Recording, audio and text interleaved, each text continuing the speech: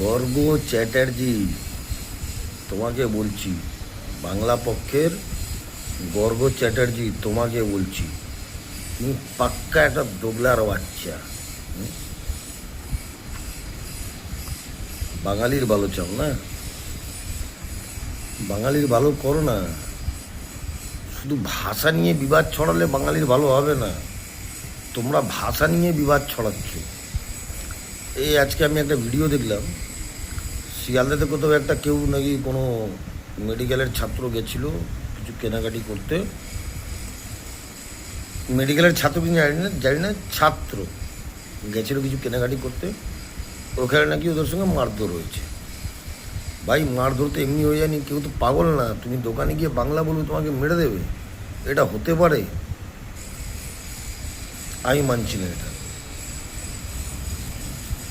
আর তুমি গর্গ চ্যাটার্জি, গদ্দব চ্যাটার্জি, কি বলবো তোমাকে, তো মানুষ কমেন্টে কত গালাগালি দেয়। তুমি নিজের কমেন্টগুলো একবার দেখেছো ভালো করে?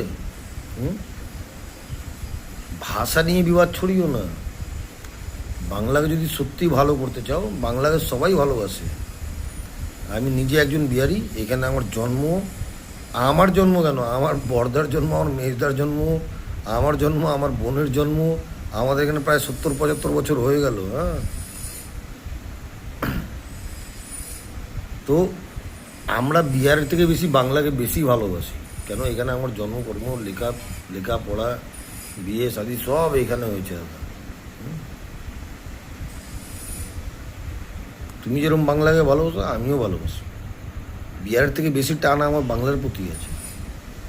বাংলাকে দাদা ভালো করো না, কে আটকাচ্ছে তোমাকে?